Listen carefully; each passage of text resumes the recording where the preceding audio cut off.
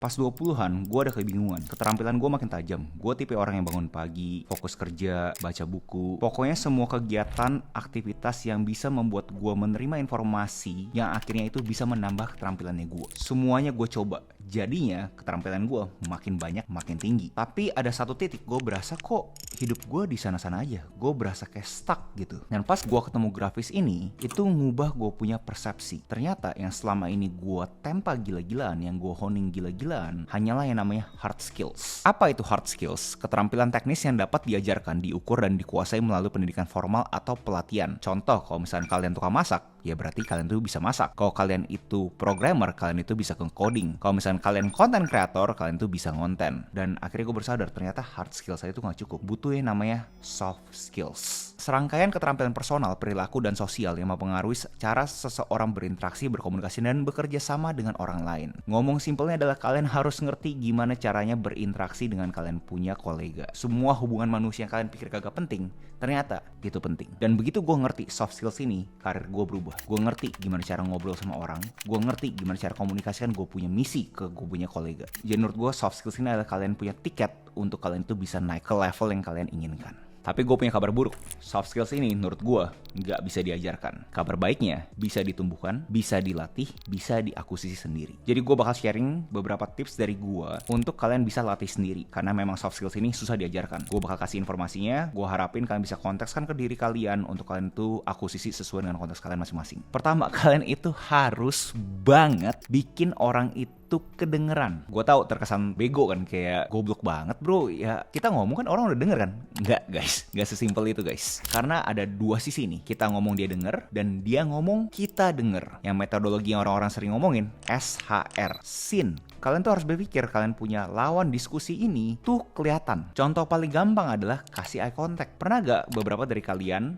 masuk ke suatu meeting, orang ini melakukan eye contact aja kagak mau? Pasti udah impresinya negatif kan? Mau seberapa hebat itu orang. Kedua, heard, dimana kalian tuh harus mendengar isi dari mereka punya kata-kata. Kebanyakan orang berasa eye contact aja udah cukup, tapi begitu ditanya elaborasinya dia bingung, karena dia tuh cuma denger doang, tidak melakukan yang namanya active listening. Emang ada indikator bahwa orang tuh melakukan active listening. Ask good questions. Contoh, kalian lagi cerita banyak banget, lawan bicaranya kalian mendadak tuh pertanyaan tuh tajam sesuai dengan konteks yang kalian kasih pas kalian tuh ngomong. Nah itu yang namanya active listening. Terakhir yang menurut gue paling susah, remember. Kalian tuh harus ingat apa yang kalian tuh pernah obrolin. Karena kalau misalnya kalian sendiri aja kagak inget, orang-orang sekitar kalian juga pasti berasa, oh dia gak peduli kok sama ini, dia sendiri aja kagak inget. Tapi kalau misalkan kalian inget, beda tuh. Dan cara melatihnya adalah MOM, minutes of meeting. Kalau di konteks gue sama rekomendasikan namanya menulis. Bener-bener menulis pakai pensil ataupun pena, tulis saja. Atau kalian di sini yang punya kantor, taruh di whiteboardnya, tulis saja. Untuk hasil meeting dan diskusi tersebut kelihatan. Berikutnya adalah yang para introvert tuh paling gak suka, body language. Jadi ada suatu reportase di mana orang tuh suka atau gak suka kita punya komunikasi berbasiskan ini. 7% kata-kata, 38% kita punya tone ataupun muka, 55% body language kita. Buat para introvert pasti males banget kan, kayak body language gue emang kayak gini bro. Gue gak mempunyai intensi untuk bikin orang itu bete sama gue, tapi ngomong apa adanya, emang body language gue seperti ini. Di sini tipsnya adalah pastiin kalian tuh tegap, jangan slouching kayak gini. Pas kalian slouching gini memberikan impresi kalian tuh males, karena tegap aja susah. Dan baik lagi, pastiin kalian punya eye contact, karena kalau misalnya lagi meeting, lagi diskusi tapi kalian kagak melihat mereka punya mata, ya terkesan negatif. Dan yang paling konyol lah, ini gue yakin semua introvert paling benci itu, kasih handshake yang firm, jangan lenje. Gue tahu kalian pasti berpikir, enggak kok bro, gue kemarin ketemu orang ini yang sukses banget, lenje kok. Sekali lagi, konteksnya adalah kalian yang di bawah nih ya, kalian yang masih bukan siapa-siapa, kalian yang mau naik level. Kalau misalnya kalian tuh udah kayaknya ampun-ampun, terserah kalian. Lanjut, kasih yang namanya 3 update bullets. Jadi kalau misalnya kalian berinteraksi sama siapapun, mau itu kolega kalian ataupun klien kalian atau kalian punya konsumen, semua sama, dimana kalian harus bisa memastikan kalian tuh kasih update terhadap kalian punya diskusi ataupun interaksi. Pertama adalah hasil meetingnya, kayak instruksinya apa, action plan-nya setelah kalian itu diskusi. Dua, apa yang kita sudah lakukan. Terakhir, tanya lebih. Kalau misalkan gue ada waktu lebih, kira-kira apa yang lu mau gue lakukan.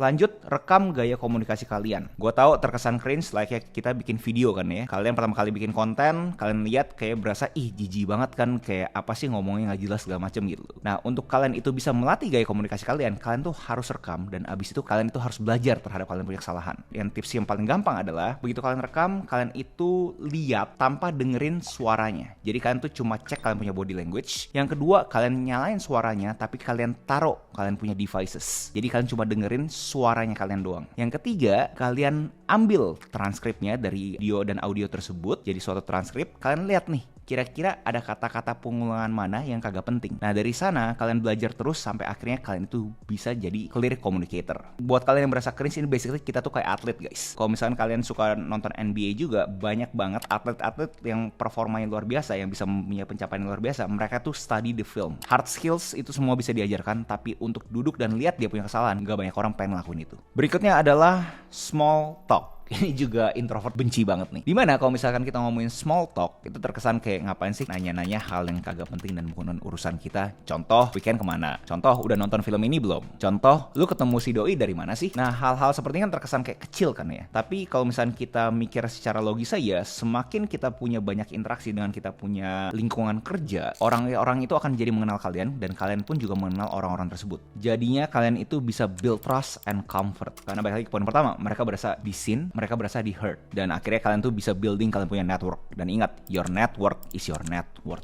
Lanjut adalah biasakan membuat yang namanya itu highlights. Mau itu daily highlights, mau weekly highlights, ataupun monthly highlights, tergantung seberapa besar kalian punya perusahaan. Kenapa ini termasuk soft skills? Karena kan kagak ada instruksi bener-bener bikin highlightnya apa aja kan yang dikerjakan di minggu itu ataupun hari itu ataupun bulan itu. Tapi saat kalian bikin itu, kalian punya kolega akan berasa kayak, wah ini orang menarik juga ya, nggak disuruh pun mempunyai inisiatif untuk di breakdownin. Apa yang gue kerjakan di minggu ini, dan di minggu depan gue bakal ada kerjaan apa. Memberikan indikasi kalian tuh orangnya tuh punya inisiatif. Memberikan indikasi bahwa kalian tuh orangnya tuh accountable. Kalian mempunyai ownership terhadap kerjaannya kalian karena kalian sendiri pun tahu kalian visible. Kerjaan kalian tuh kelihatan. Dimana pada umumnya orang-orang nggak pengen kerjaannya kelihatan. Berikutnya adalah jangan pernah komplain. Ini yang mungkin agak susah, tapi kita ngobrol seru-seruan aja deh. Kalian kalau ketemu sama orang yang suka komplain, apa sih yang kalian rasakan? Mending kalau misalkan komplain itu abis itu kita kasih tahu solusinya, mereka masih mau dengerin. Ini cuma mau komplain doang. Basically dia punya trait, dia punya ciri khas adalah sukanya tuh ngedumel. Pasti kalian sebel kan ketemu orang-orang seperti itu kan? Hati-hati, jangan sampai kalian seperti itu juga. Orang-orang yang suka gosip lah, suka komplain lah, itu adalah aktivitas-aktivitas yang tidak produktif. Percaya sama gue, saat kalian komplain terhadap subjek bukan objek, itu bahaya. Karena orang yang mendengar itu bakal berpikir,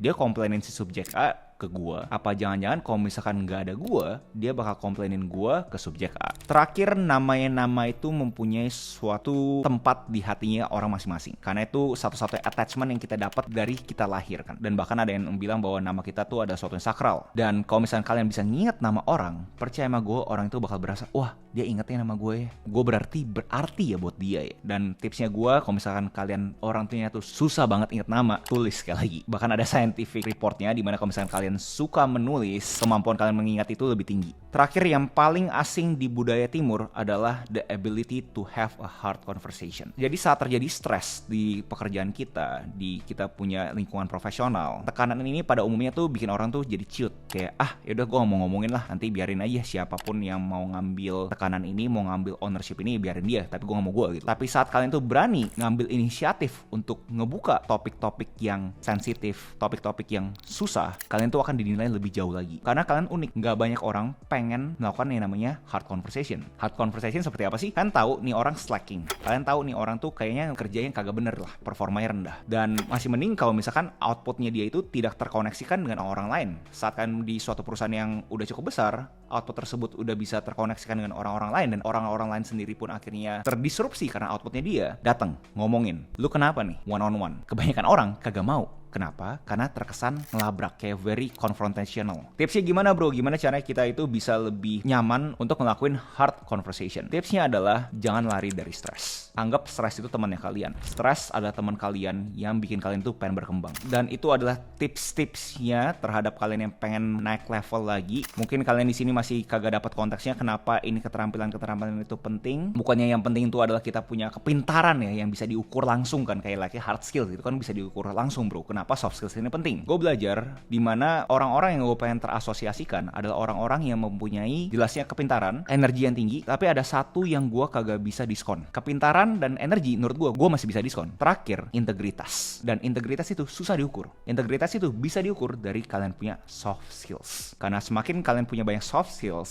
semakin kalian itu bisa memberikan poin di integritas. Simulasinya sesimpel ini aja. Kalau misalnya kalian berpartner ya, mendingan berpartner dengan orang seperti apa? Jelasnya mendingan tiga-tiganya ada lah ya. Integritasnya tinggi, kepintarannya tinggi, energinya tinggi. Jelasnya gue paham, mendingan tiga-tiganya. Tapi kalian pikir kalau misalkan kalian ada orang A dan orang B, orang A kepintarannya tinggi, energinya tinggi, tapi nggak punya integritas. Alhasil bisa nusuk kalian. Yang B, kepintarannya mungkin biasa aja, energinya juga biasa aja, tapi punya integritas luar biasa. Kalian pilih mana? A atau B? Silahkan kalian jawab sendiri. Karena jawabannya kalian akan merefleksikan seberapa penting menurut kalian soft skills ini kalian akuisisi secepatnya. Dan ini pun relate ke grafis yang gue sharing di awal video. Dimana kalian kagak pengen kan jadi orang yang performanya tinggi, tapi kagak bisa dipercayain sama orang. Jelasnya kita semua mau ke kuadran dimana high performing dan high trust. Dan cara untuk mendapatkan trust dari orang, kalian tuh harus honing kalian punya people skills, not just soft skills. So, itu aja video gue hari ini. Next video saya apa yang menurut kalian menarik untuk gue bawakan, tinggal komen aja di bawah. Jangan lupa like, comment, subscribe, nyalain notifnya, share teman kalian, and I'll see you in the next video. Salam kreatif.